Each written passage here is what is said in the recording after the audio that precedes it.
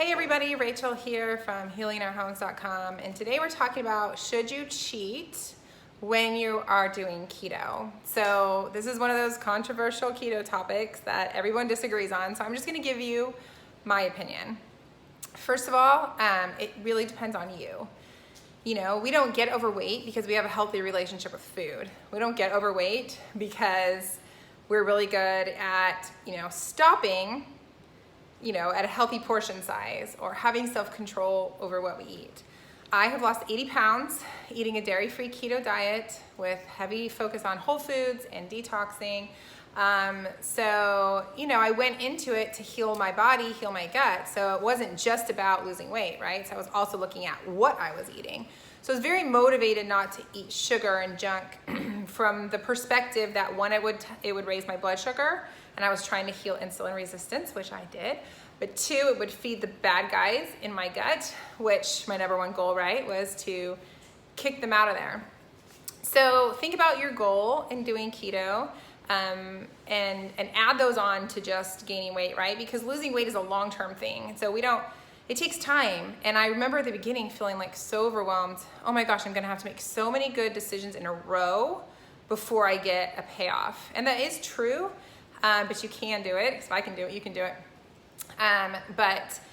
You have to make that decision. So will planning a cheat meal make me feel like, give me something to work for? If that's your personality, like, do you work well with rewards and earning things? Or will eating a cheat meal be like, most of us are food addicts. So will that be like an alcoholic saying, I'm just gonna have a beer, right? And then 10 ice cream sundaes later, you should not have had a cheat meal. So it just depends on where you are, what your mindset is, what your relationship with food is. Now, strictly speaking for keto, right? You're either in ketosis or you're not.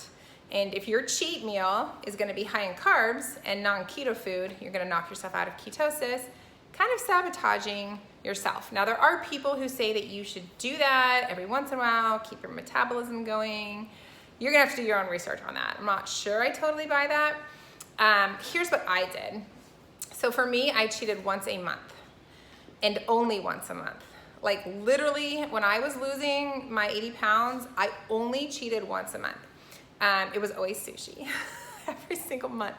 There's this sushi place I love. There's this one roll I love.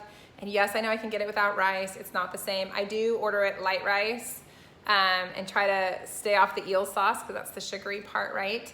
And it is, it's so freaking good. And so for me, I was motivated, like when I was tempted, I would just think, it's not worth it, it's not worth it.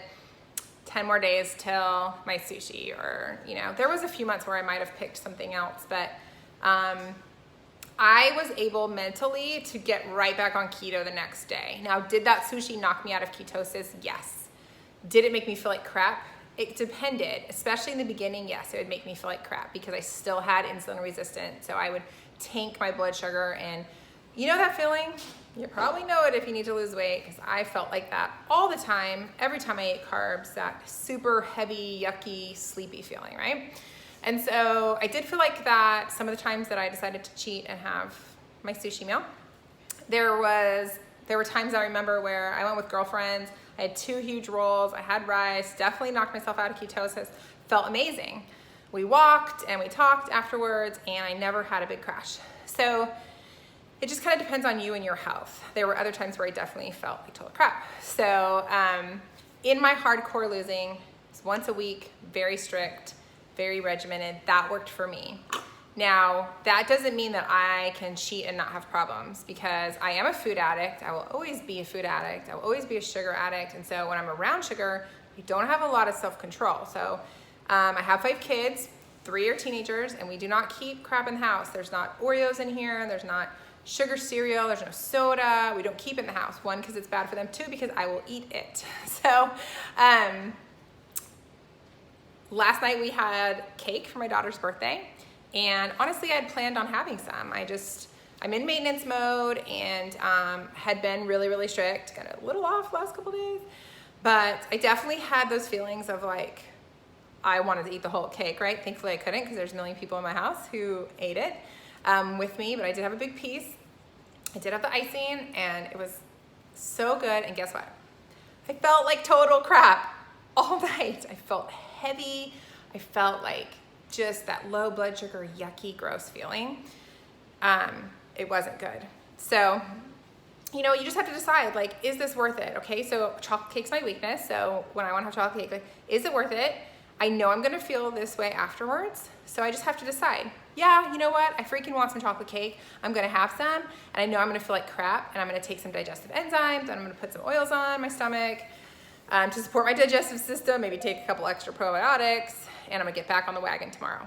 Then that's a choice I'm making, right? What we don't wanna do is just be like, today's my cheat day, and just eat all day long, and you know, whatever, and really stir up that addiction in ourselves where we can't get back on the next day. So as much as we can think about what we're going to do and what we're going to eat, the better. Now, some people do 0 cheats.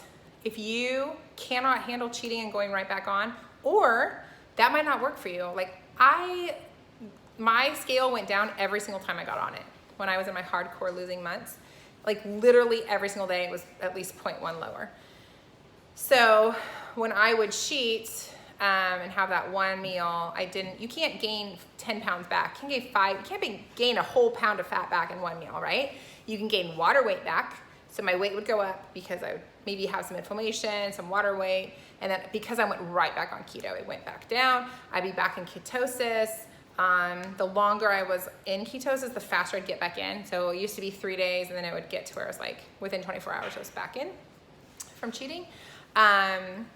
And so, you know, if you're losing and you're going and you're on a roll, you might not want to risk it, knocking yourself out of ketosis. You don't know what's going to happen to your body. But this is a long-term thing, right? We're going to go through birthdays and Christmases. Now at Thanksgiving, I made a keto pumpkin pie.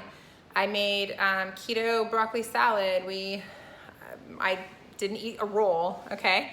So I made my choices, and then if there was something non-keto, like my mother-in-law stuffing, I had a few bites of that, right? But I actually was able to stay in ketosis because my cheats were within my macros. And so that's another way that you can do it is just, you know, let's say you're going to a family gathering and your most favorite thing is like, okay, I'm gonna stock up my plate with protein. I have to eat all my protein, all my vegetables before I can choose to have some of Grandma Carol's potato salad or whatever. And I'm gonna let myself have 3 bites. That's a healthy portion. And the more we talk to ourselves and the more we decide and are in control of what we choose to have, the better. If you have 3 bites of potato salad, you very well could stay in ketosis. Depends on you and your body. I just think that's something you need to decide for yourself. And if it might take you 6 months, a year, 18 months, 2 years to lose weight, right? You're gonna go through a lot of birthdays and holidays and temptations. So if you do cheat on purpose and throw yourself out of ketosis and feel like crap, like you will fix it. You'll just get right back on and do your job. If you cheat not intentionally because you have a weak moment or a bad day or an emotional blow in life, that's fine, okay? You cannot, if you've lost 20 pounds, you cannot gain it back even in a week. You're gonna feel like you did. You're gonna have some water weight to lose, but you cannot gain it back in a week.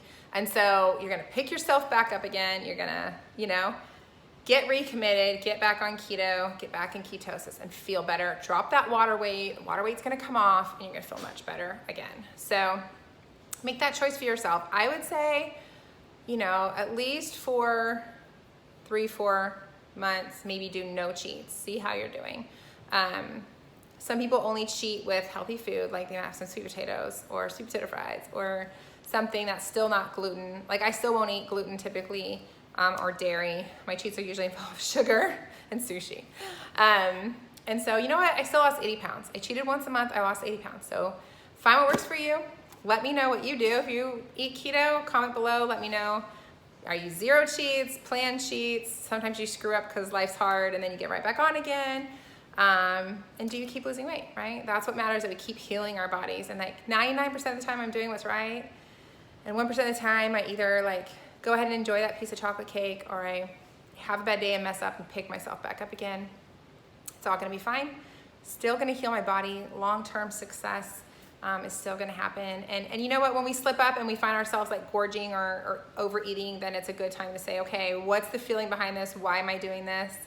Use our essential oils that address those emotions, pray and be aware, right? And every single time will be a learning process. You learn more about yourself why you gained weight in the first place so that you can lose it and keep it off and feel amazing. So there you go. That's my thoughts on should you cheat on keto. Make sure to subscribe to my channel to stay updated on all my new keto, essential oil, and health videos. And I will see you again soon. Thanks for watching.